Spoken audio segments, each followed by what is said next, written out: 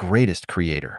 前言, 上帝篇前言, preface to the chapter of the greatest creator.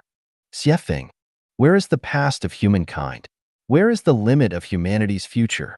Can human wisdom prevent an asteroid from colliding with Earth? If we don't know or can't, then let us seek God. The first sentence of chapter 25 of the Tao Te Ching states, "There is a being, wondrous and mysterious, existing before heaven and earth." The Bible begins by stating, "In the beginning, God created the heavens and the earth."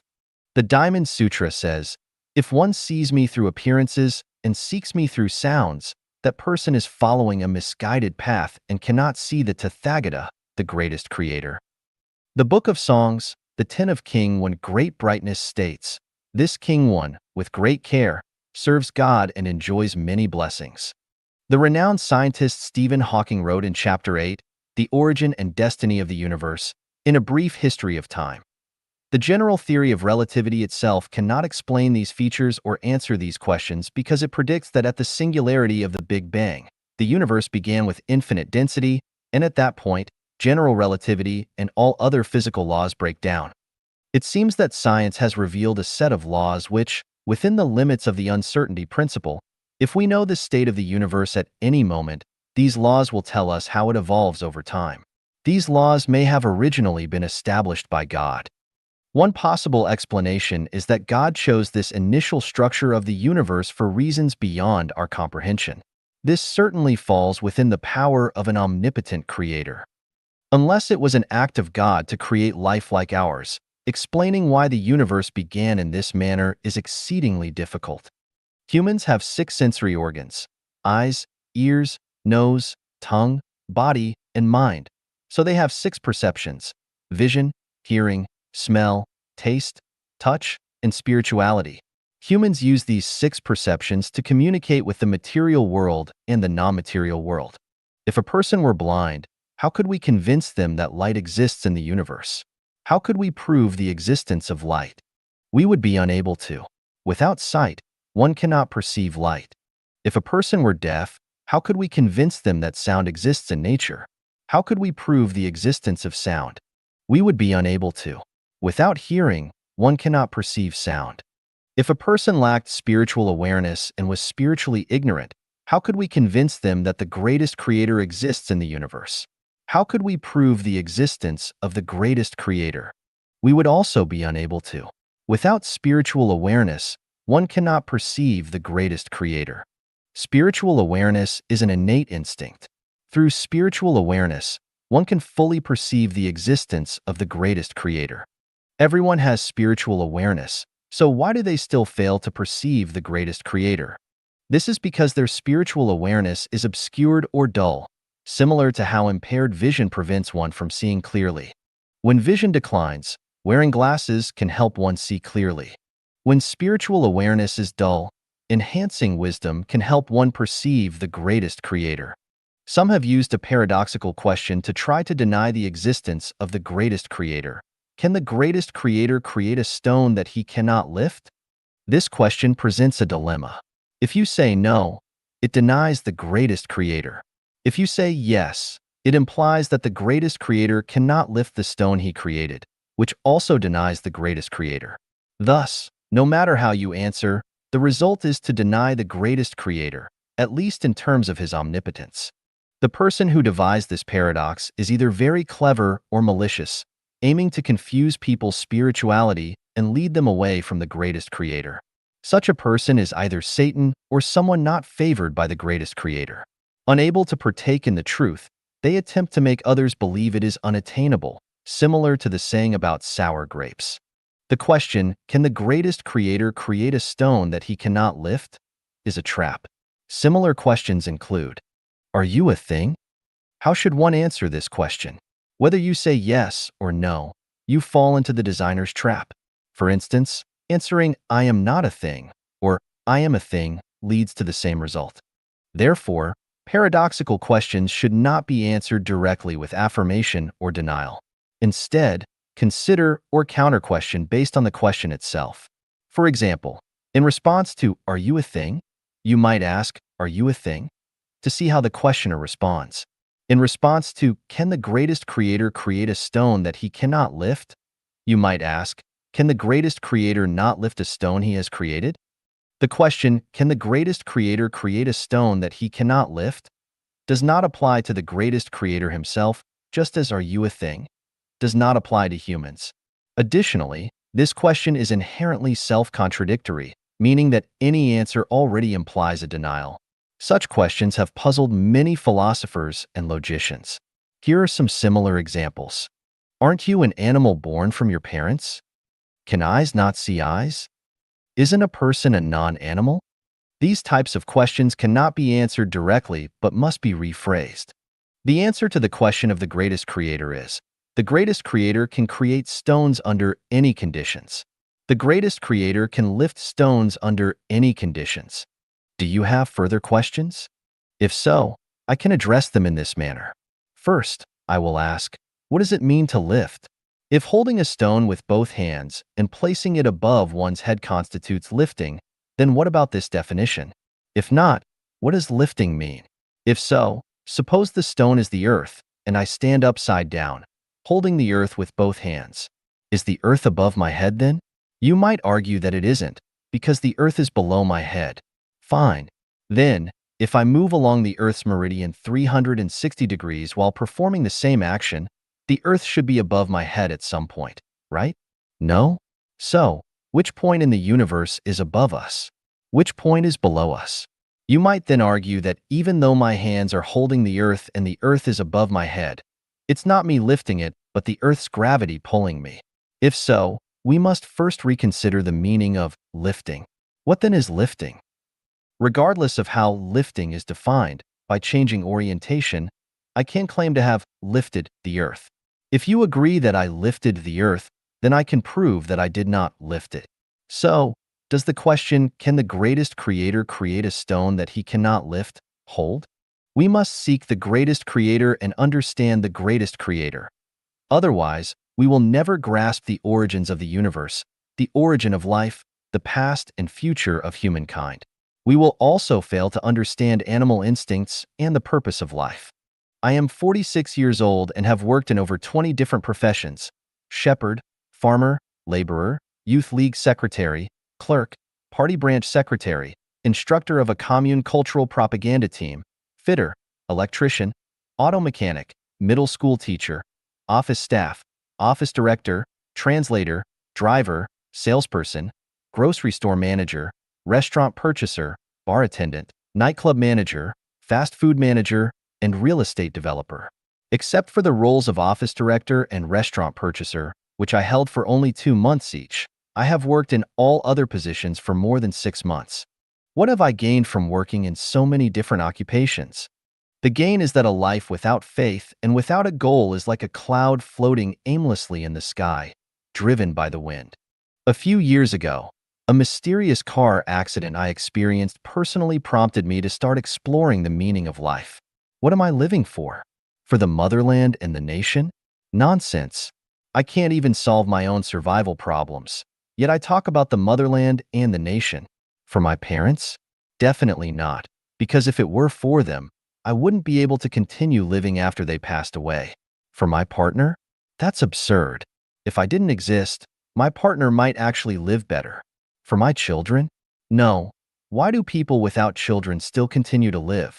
My children have established their careers, so why should I keep living?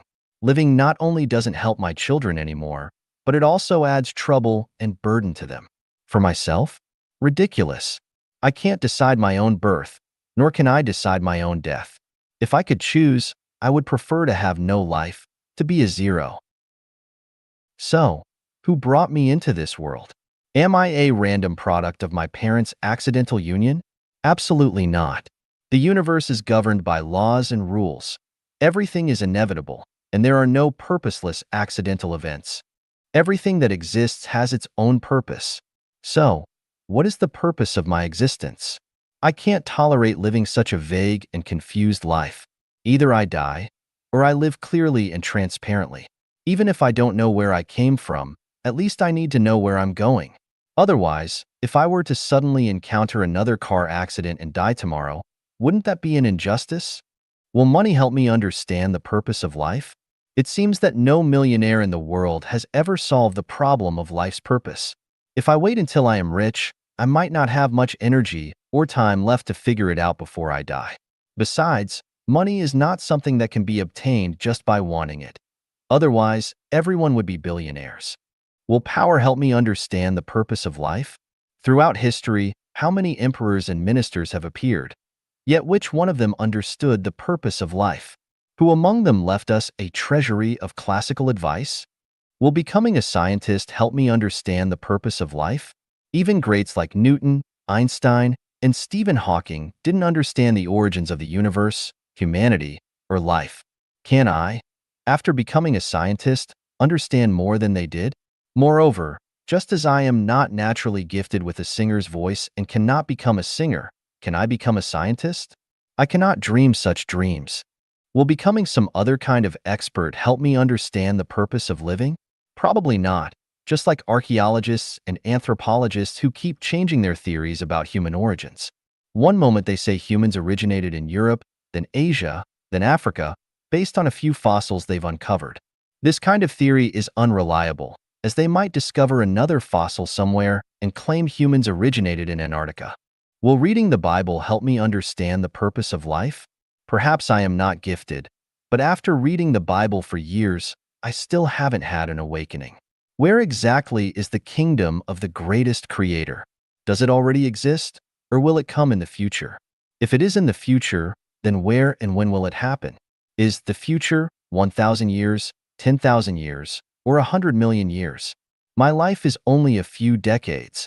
Can my body be resurrected? How is it resurrected? Jesus is God, no doubt about it. But are there other gods who can restrain Jesus? If there are no other gods, why did Jesus have to suffer?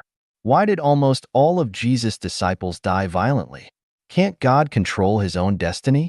As God, why couldn't he protect his few disciples? Why must suffering be the path to future blessings? I hope that Buddhist scriptures can point me in the right direction. Buddhism discusses concepts such as past lives, future lives, samsara, karma, and the interplay of causal conditions, all of which are meaningful. But how exactly does karma transform? How should one live to ensure a better future life? Where exactly is the Western Pure Land? What is it like? I haven't read all the vast Buddhist scriptures, nor do I dare to make rash conclusions. But Buddhism has existed for over 2,000 years, and it still can't make people understand the purpose of life. If life is merely a process of suffering, why did the greatest creator create so many beautiful things for humans to enjoy? If the purpose of life is to become a Buddha, then what is a Buddha? How does one become a Buddha? What is the probability of becoming a Buddha? If 1,000 people practice Buddhism and only 2 to 3 people can become Buddhas, wouldn't the rest have wasted their life and lost their joy? Money, power, and status, scientists and other experts, Christianity, and Buddhism all have their own reasons, but none can make people live clearly and understandably. Moreover, as an ordinary person who can't even solve the problem of daily meals, how can I have the time to master social sciences, natural sciences, and religion? Is there a shortcut? Can I bypass God's and human-acquired knowledge and seek the greatest creator directly, since only the greatest creator knows everything and has the final decision? Where can I find the greatest creator? Read the book without words by observing the sky, the earth, people, and things. Fortunately, I have engaged in over 20 different types of work, experienced many hardships, and, after graduating from high school, attended school 3 times, living in rural areas, small towns, and big cities. This allows me to connect various phenomena and events for chain thinking, but the result is still rather vague. Where is the problem? By chance, I read the Quran and was greatly inspired. The Quran says, "O assembly of jinn and mankind, if you are able to pass beyond the regions of the heavens and the earth, then pass. You will not pass except by authority." Yes, how can I escape the bounds of heaven and earth without borrowing the authority and help of the greatest creator? How to borrow the help of the greatest creator? Rely on spiritual awareness. Humans are part of the universe. Heaven and humans correspond. If a small thorn pricks the toe, the brain immediately senses it. If I send a thought fax to the greatest creator will surely know. Sure enough, the origins of the universe, life, humanity, and 36-dimensional spaces gradually appeared on the screen of my mind. And the issue of fate resolved itself without further explanation.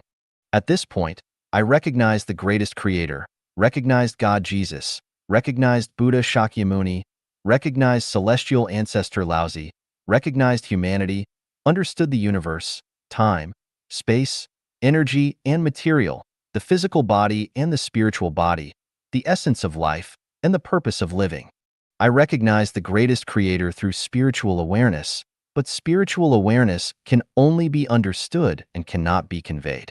To spark interest, I used 40 natural phenomena and 8 logical inferences to forcibly prove the existence of the greatest creator and explain the 8 characteristics of the greatest creator and the 8 relationships between the greatest creator and humanity.